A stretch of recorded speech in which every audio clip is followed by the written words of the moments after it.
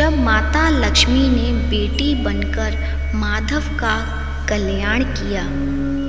एक बार भगवान विष्णु जी शेष नाग पर बैठे बैठे बोर हो गए और उन्होंने धरती पर घूमने का मन में किया विचार। वैसे भी कई साल बीत गए थे, धरती पर आए और वह अपनी यात्रा की तैयारी में लग गए। स्वामी को तैयार होता देखकर लक्ष्मी माँ ने पूछा, आज सुबह सुबह कहाँ जाने की तैयारी हो रही है? विष्णु जी ने कहा कि हे लक्ष्मी, मैं धरती लोक पर घूमने जा रहा हूँ। तो कुछ सोचकर लक्ष्मी माँ ने कहा कि हे देव, क्या मैं भी आपके साथ चल सकती हूँ? भगवान विष्णु ने 2 पल सोचा, फिर कहा, एक शर्त पर तुम मेरे साथ चल सकती हो। तुम धरती पर पहुंचकर उत्तर दिशा की ओर बिल्कुल मत देखना। इसके साथ ही माता लक्ष्मी ने हाँ कह के अपनी बात मनवा ली और सुबह सुबह माँ लक्ष्मी और भगवान विष्णु धरती पर पहुंच गए। अभी सूर्य देवता निकल रहे थे। रात बरसात होकर हटी थी। चारों ओर हरियाली ही हरियाली थी।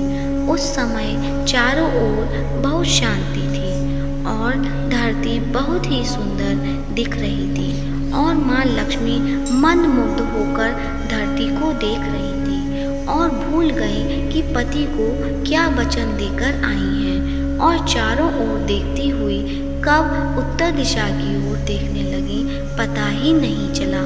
उत्तर दिशा में माँ लक्ष्मी को एक बहुत ही सुंदर बगीचा नजर आया और उस तरफ से भीनी भीनी खुशबू आ रही थी और बहुत ही सुंदर सुंदर फूल खिले थे। यह एक फूलों का खेत था और माँ लक्ष्मी बिना सोचे समझे उस खेत में गई और एक सुंदर सा फूल तोड़ लाई। लेकिन यह क्या, जब माँ लक्ष्मी भगवान विष्णु के पास वापस आई तो भगवान विष्णु की आंखों में आंसू थे और भगवान विष्णु ने माँ लक्ष्मी को कहा कि कभी भी किसी के बिना पूछे उसका फूल कभी नहीं लेना चाहिए और साथ ही अपना वचन भी याद दिलाया। माँ लक्ष्मी को अपनी भूल का पता चला तो उन्होंने भगवान विष्णु से इस भूल की माफ़ी मांगी। तो भगवान विष्णु ने कहा कि तुमने जो भूल की है उसकी सज़ा तो तुम्हें जरूर मिलेगी। जिस माली के खेत से तुमने बिना पूछे फूल तोड़ा है यह एक प्रकार की चोरी है, इसलिए अब तुम 3 साल तक माली के घर नौकर बनकर रहो। उसके बाद मैं तुम्हें बैकुंठ में वापस ले जाऊंगा। माँ लक्ष्मी ने चुपचाप सर झुकाकर हाँ कर दी और माँ लक्ष्मी एक गरीब औरत का रूप धारण करके उस खेत के मालिक के घर गई। घर क्या, एक झोपड़ा था और मालिक का नाम माधव था। माधव की बीवी 2 बेटे और 3 बेटियां थीं। सभी उस छोटे से खेत में काम करके किसी तरह से गुजारा करती थी। माँ लक्ष्मी जब एक साधारण और गरीब औरत बनकर जब माधव के झोपड़े पर गई तो माधव ने पूछा, बहन तुम कौन हो? इस समय तुम्हें क्या चाहिए? तब माँ लक्ष्मी ने कहा, मैं एक गरीब औरत हूँ, मेरी देखभाल करने वाला कोई नहीं, मैंने कई दिनों से खाना भी नहीं खाया, मुझे कोई भी काम दे दो, साथ में मैं तुम्हारे घर का काम भी कर दिया करूँगी, बस मुझे अपने घर में एक कोने में आसरा दे दो। माधव बहुत ही दिल का मालिक था, उसे दया आ गई, लेकिन उसने कहा, बहन मैं तो बहुत गरीब हूँ, मेरी कमाई से मेरे घर का खर्च मुश्किल से चलता है, लेकिन अगर मेरी 3 की जगह 4 बेटियाँ होती तो भी मुझे गुजारा करना था। अगर तुम मेरी बेटी बनकर जैसा रूखा सूखा हम खाते हैं उसमें खुश रह सकती हो तो बेटी अंदर आ जाओ। माधव ने माँ लक्ष्मी को अपने झोपड़े में शरण दे दी और माँ लक्ष्मी 3 साल उस माधव के घर पर नौकरानी बनकर रही। जिस दिन माँ लक्ष्मी माधव के घर आई थी उससे दूसरे दिन ही माधव को इतनी आमदनी हुई कि फूलों से कि शाम को एक गाय खरीद ली।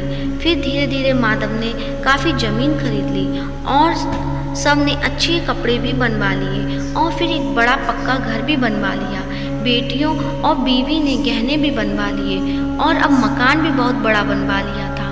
माधव हमेशा सोचता रहा कि मुझे यह सब इस महिला के आने के बाद मिला है। इस बेटी के रूप में मेरी किस्मत आ गई मेरी। और अब 2-5 साल बीत गए थे, लेकिन माँ लक्ष्मी अभी भी घर में और खेत में काम कर रही थी। एक दिन माधव जब अपने खेतों से काम खत्म करके घर आया तो उसने अपने घर के सामने द्वार पर एक देवी स्वरूप गहनों से लदी एक औरत को देखा। ध्यान से देखकर पहचान गया, अरे यह तो मेरी मुँह बोली चौथी बेटी यानी वही औरत है, और पहचान गया कि यह तो माँ लक्ष्मी है।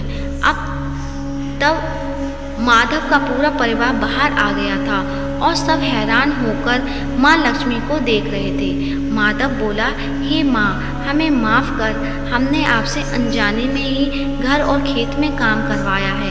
माँ, यह कैसा अपराध हो गया। हे माँ, हम सबको माफ़ कर दो।